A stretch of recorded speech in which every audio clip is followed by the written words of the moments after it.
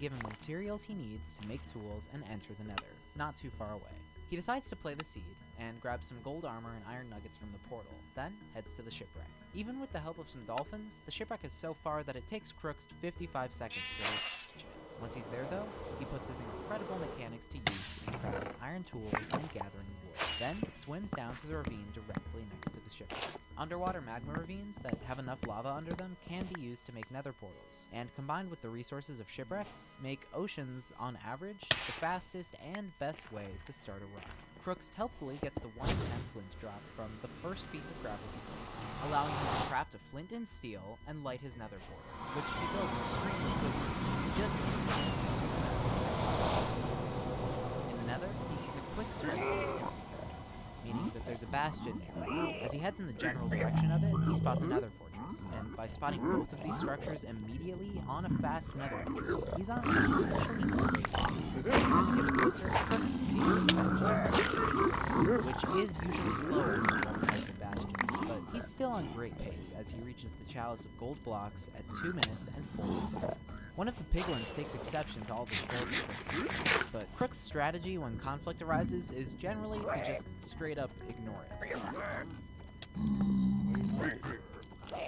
Tanking hits like that might be unsatisfying, but it is quite fast. Crooks runs to the triple chest and breaks a gold block to anger piglins, then traps them in a hole to barter through his gold. He gets all the obsidian he needs to make a nether portal from the chest, and while he waits for the piglins to trade him all the ender pearls and explosives he needs to leave the game, he uses a strategy called pearl. By throwing an ender pearl across the lava lake, waiting for it to almost land, and then turning his render distance down, he unloads the chunk that the ender pearl will land in. As soon as he has all the items he needs to leave, Crooks can turn his render distance back, and he'll immediately teleport to the in this case, it only saves a couple of seconds. A player like Crooks seemingly knows the optimal strategy. In every situation, those small time saves really add. As planned, he quickly gets the rest of his items and teleports to the fortress in just 4 minutes and 12 seconds. Before he can enter it though, Crooks hasn't really yet, so he decides to death reset by setting his spawn to respawn anchor and killing himself to give himself full health. After this, he's into the fortress at 450, where he's about 20 seconds behind Q1337X's pace in his run. Crooks does make a rare mistake, throwing his ender pearl too low because he can't see the side of the fortress after he turns his render distance. He has to subsequently build up the side of the fortress using about 12 seconds. When he gets to the top, he's greeted with some wither skeletons, which he can't afford to kill. After previously killing them, though, things start to move, as he gets 6 blaze rods from 6 blazes, which have a 50% drop rate. Just like that, he's ready to leave the nether. And let's take a minute to appreciate how fast Crooks can build a nether.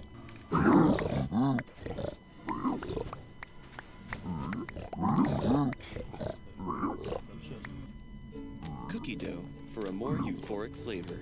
Ben & Jerry's, more is more. From idea to submission, empower students to do their best work with Grammarly's generative AI. What if they could jumpstart ideas for any assignment?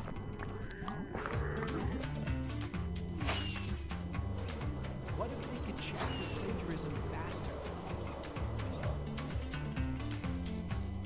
What if they could cite sources instantly? What if they could get real-time feedback?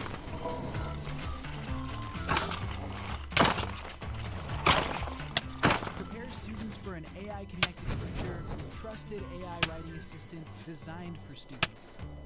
Download Grammarly for free today.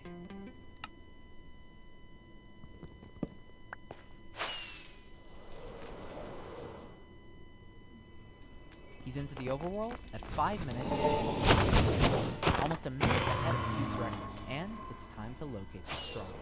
Crooks uses a strategy called perfect travel, where by throwing an Eye of Ender and recording the exact angle it travels at, the most exact location of the stronghold, and the probability that it's located can be calculated. Crooks does just that. And while the calculations take place off screen, we're not left guessing when, after just one pearl throw, Did I see it? Crooks stops and grabs a huge tool, which he'll use to craft beds out of the string he got from the bastion. and with the help of some more dolphins, he heads to the stronghold, where the portal room is exposed in the water. He's into the portal room at an astonishing 7 minutes and 8 seconds, over 30 seconds faster than the world record, and with the fastest ever end entry being a 7:44 by a Lumina. But there's one reason that Crooks can't enter the end yet. 4 pieces of string. He needs 4 beds to be reasonably certain that he can kill the dragon. It's technically possible with 3, but this is far too big of a risk to take on such an amazing base. You need 48 string to craft 12 wool to craft 4 beds, and Crooks has 44 string. So he heads deeper into the stronghold, looking for a library. Luckily, he finds one very quickly, gathers his string, and returns to his nether portal in time to still have the fastest end entry in the version's history, at 7 minutes and 46 seconds. Still 12 seconds ahead of Cube 1337X.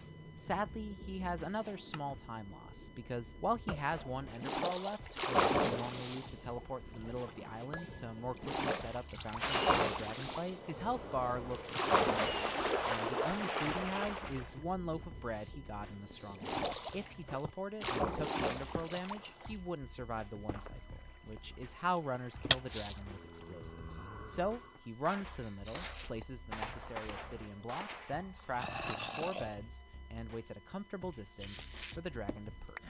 If the dragon perched instantly, this would have been a new world record at around 8 minutes and 35 seconds, a time that would have once been impossible to fathom. But while that's sadly not what happens, the dragon perches in plenty of time for Crooks to acquire his first sub 10, 2nd place on the leaderboard, and the mantle of the 2nd player ever to beat Brentilda by beating the game in 9 minutes and 31 seconds.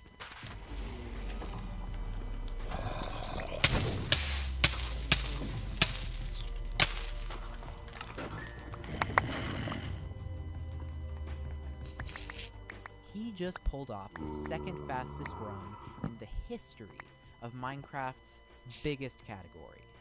His reaction? Whatever, man. Like, it's not world record. I don't really care.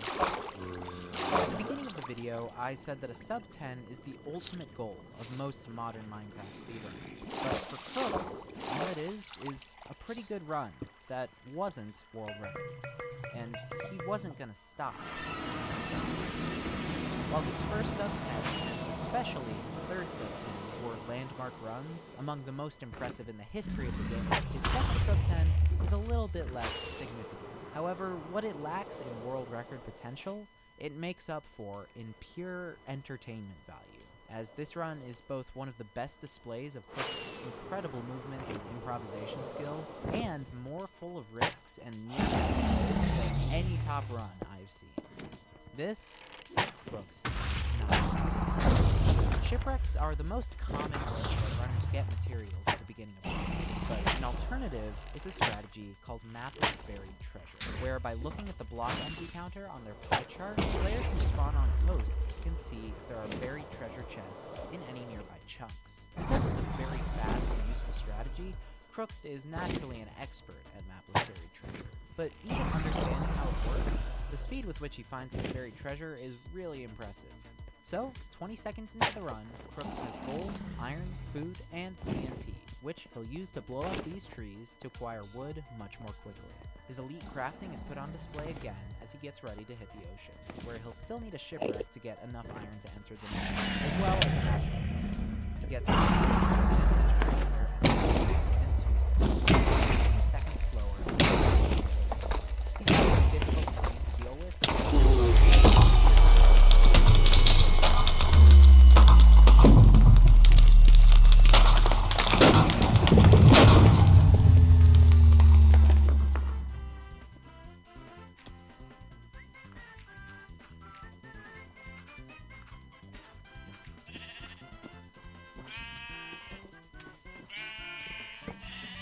Even with his great movement, this nether spawn is considerably worse than the last run we looked at. But Crooks decides to play the run. In 2.5 minutes, he reaches the bottom of the Stables Bastion, where he gives us an extended look at his strategy